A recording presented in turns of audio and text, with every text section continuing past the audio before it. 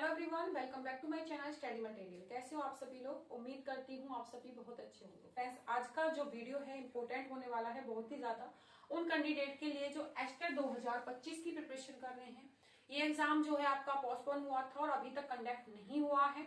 तो बहुत सारे बच्चे चैनल पे कमेंट कर रहे थे कि मैम जो एस्टेट का एग्जाम कब होगा।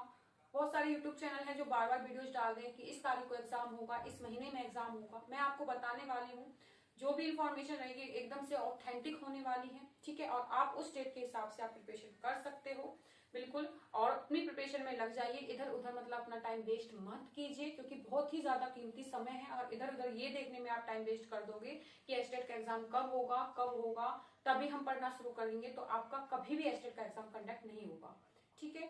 तो जो भी डेट बताने वाली हूँ एकदम से ऑथेंटिक रहेगी, आप लिख सकते हो। उसी डेट को आपका पेपर भी कंडक्ट होगा, ठीक है।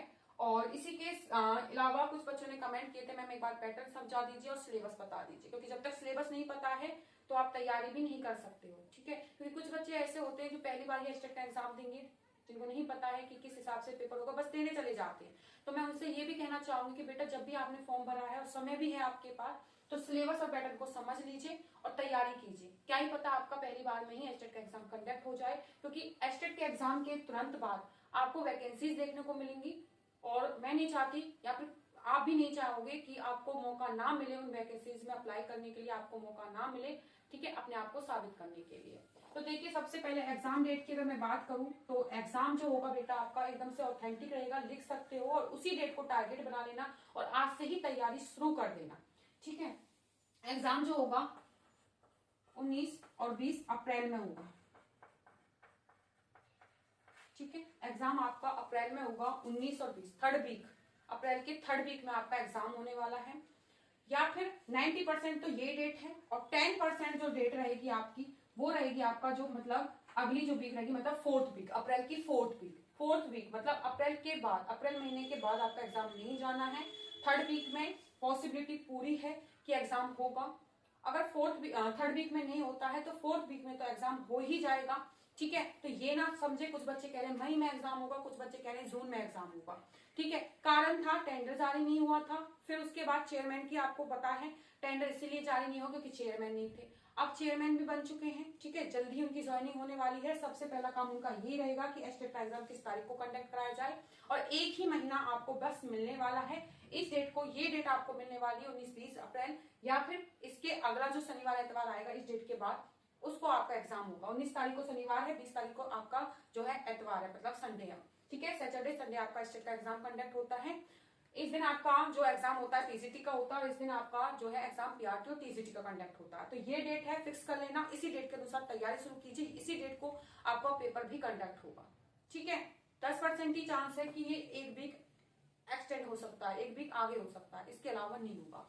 उसी के साथ ये तो आपकी इन्फॉर्मेशन हो गई थी एग्जाम को लेके कि एग्जाम कब होगा। बहुत सारे चैनल बार बार वीडियोस डाल रहे हैं कि इस तारीख को होगा। इस चीज से कुछ नहीं इफेक्ट नहीं पड़ने वाला है। एग्जाम यही इसी मंथ में हो जाएगा, इस डेट तक हो जाएगा। अपनी तैयारी को कंटिन्यू रखिए, क्योंकि एक महीने से ज्यादा आपको नहीं मिलने वाला है, तो आपकी प्रिपरेशन बिल्कुल खराब हो जाएगी। और आप ये सोच रहे तभी पढ़ना शुरू करेंगे जब एग्जाम डेट आपके सामने होगी। एग्जाम पैटर्न की बात करें तो तीनों ही लेवल पे पेपर होता है। स्टेट का जो एग्जाम है 3 लेवल पे होता है, ठीक है। 3 लेवल पे होता है, PRT, TGT and PGT level पे, ठीक है। तीनों ही लेवल पे कंडक्ट होता है।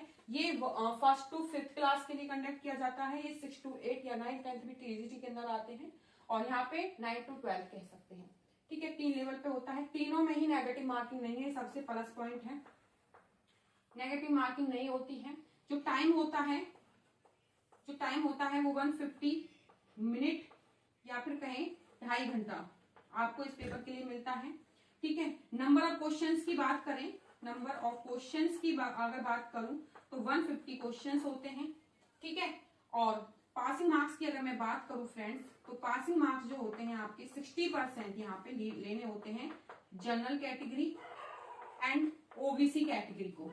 उसी के साथ एससी एसटी वाले हैं, उनके 82 मार्क्स पे हो जाते हैं। यहाँ पे मार्क्स की बात करूं तो 90 नंबर, और एससी एसटी जो अदर कैटेगरीज होती हैं 82 मार्क्स पे ही एग्जाम कंडक्ट हो जाता है, नेगेटिव मार्किंग नहीं है, समय भी अच्छा है, एक क्वेश्चन के लिए 1 मिनट लगभग समय मिल रहा है।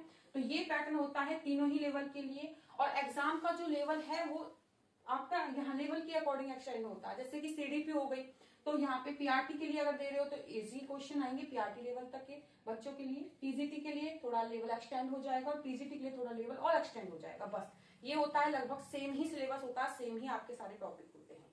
अब मैं आपको थोड़ा सिलेबस के बारे में बता दूं, तो यहाँ पे थोड़ा ध्यान दे लेना तीनों ही लेवल के लिए। 1 सेकेंड, तीनों ही लेवल के लिए ध्यान दीजिए। पीआरटी में, टीजीटी में और पीजीटी में तीनों ही लेवल पे सीडीपी आती है। और यहाँ पे जो सीडीपी तीनों ही लेवल में आती है वो 30 नंबर की आती है। ठीक है, 30 मार्क्स की यहाँ पे सीडीपी तीनों ही लेवल में देखने को मिलती है। यहाँ पे थोड़े इजी क्वेश्चन होंगे, यहाँ पे थोड़ा लेवल चेंज हो जाएगा, यहाँ पे थोड़ा और एक्सटेंड हो जाएगा लेवल। तीनों में ही इंग्लिश आएगी 15 मार्क्स की, यहाँ भी और यहाँ भी। तीनों में हिंदी भी आएगी, हिंदी ग्रामर 15 मार्क्स की। ठीक है, पेडागोजी के लिए भी बोला है, वो चीज भी बताती हूँ। आप लास्ट ईयर जो हुआ था बोल दिया था पेडागोजी आएगी, लेकिन आई वहां पे ग्रामर, क्योंकि मेंशन है जो नोटिफिकेशन आया था, जो नोटिस आया था उसमें आपके ग्रामर के लिए भी बोला है और पेडागोजी, तो दोनों ही चीजें करनी है। चैनल पे करवा भी रखी है, कोई बड़ी बात नहीं है। ग्रामर तो करनी ही करनी है, साथ में जो पेडागोजी के टॉपिक दिए हुए हैं सिलेबस में, स्टेट के सिलेबस में, वो भी करने हैं। अगर आप करते हो तो लगभग 3 से 4 दिन में अच्छे से हो जाएगी, 1 या 2 घंटे पढ़ के। ठीक है, पेडागोजी। उसी के साथ मैं बता दूं आपको 30 नंबर की आपकी यहाँ पे रीजनिंग तीनों ही लेवल पे, मैथ्स और हरियाणा जीके तीनों ही लेवल में पूछी जाएगी। 30 नंबर की आपकी ये हो गई, तो ध्यान दो 30 नंबर के ये और 30 की ये और 30 की ये, 90 नंबर हो गए, जो कि कॉमन सेक्शन बोलते हैं तीनों ही लेवल के लिए। और कॉमन सेक्शन अगर आपने अच्छे से कर लिया, यहाँ पे आप 70 से 80 नंबर इजिली ले सकते हो, अच्छे से तैयारी कर सकते हो, क्योंकि टॉपिक इनमें फिक्स ही होते हैं। ठीक है, और उन्हीं टॉपिक से क्वेश्चन आते हैं। थोड़ा सा झोल यहाँ पे हुआ था इंग्लिश हिंदी में, यहाँ पे दिक्कत हुई थी बच्चों को। ग्रामर हर साल ग्रामर ही आती थी, और लास्ट ईयर क्या हुआ था, बोल दिया था कि पेडागोजी आएगी, जैसे कि सीटेट के पेपर में आती है। ठीक है, तो पेडागोजी ना आके वही सिलेबस, वही पैटर्न रहा जो कि हर साल था पहले प्रीवियस ईयर, उसी तरीके से 15-15 नंबर की ग्रामर आ गई। तो यहाँ पे अभी बच्चों को डाउट बना हुआ है कि हम पेडागोजी पढ़ें या, तो दोनों चीजें पढ़नी है, पहले ही पैटर्न से चलना है, ग्रामर ही पढ़नी है, साथ में जो 4-4, 5-5 टॉपिक है मोस्टली, ठीक है, इससे ज्यादा नहीं है, अच्छे से अगर उनको पढ़ लेते हो तो इजिली आप, क्योंकि यहाँ पे आप जो 30 नंबर की सीडीपी कर रहे हो ना, यहीं से आपकी पेडागोजी भी कवर हो जाएगी। 2-4 टॉपिक और अलग से हैं, वो आपको करने हैं सब्जेक्ट के अनुसार। ठीक है, तो ये हो गया है। यहाँ पे फ्रेंड्स जो पीआरटी होती है 60 नंबर बच्चे हुए हैं, अभी 150 का पेपर होता है, तो 150 के पेपर के अनुसार जो आपके 60 नंबर बच्चे हुए हैं पीआरटी में, तो आपकी यहाँ पे ईवीएस और मैथ पूछ ली जाएगी। और टीजीटी पीजीटी में आपका सब्जेक्ट पूछ लिया जाएगा, जो भी आपका स्पेसिफिक सब्जेक्ट होगा उससे 60 नंबर के क्वेश्चन पूछे जाएंगे। उसमें भी कुछ पेडागोजिकल क्वेश्चन होंगे 10-5 नंबर के, तो वो आप कर लेना। ये पैटर्न है। ठीक है, इस पैटर्न के अनुसार तैयारी कर लेना, आपका इजीली हो जाएगा, ज्यादा कुछ करने की जरूरत नहीं है। सिलेबस भी आपकी ऑफिशियल वेबसाइट पे आपको मिल जाएगा। एक वीडियो बनाने वाली हूँ जिसमें मैं आपको जो फिक्स टॉपिक होते हैं 90 नंबर में पूछे जाते हैं, Hindi, English, math, reasoning, CDP के अंदर, वो टॉपिक बताने वाली हूँ। और वो टॉपिक कर ले तो 90 नंबर की तैयारी वहां से हो जाएगी। उनकी तैयारी भी चैनल पे करवा रखी है और आगे भी करवाऊंगी। ठीक है, तो वो टॉपिक आपको करने, एक वीडियो आएगी, उस वीडियो में आप देख लेना कि आपको कौन कौन से टॉपिक पढ़ने हैं, उन्हीं से क्वेश्चन मिलेंगे, उनसे बाहर क्वेश्चन नहीं मिलेंगे। बहुत ही कम समय में अच्छे से तैयारी आपकी हो जाएगी।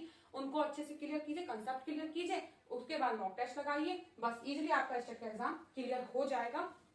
तो मिलूंगी अगली वीडियो में, तो वीडियो को आप जरूर लाइक कर देना और अगली वीडियो के लिए जरूर वेट कीजिएगा। ठीक है, और चैनल को सब्सक्राइब कर लेना और कमेंट करके बताना कि आप सभी को वीडियो कैसी लगी। धन्यवाद।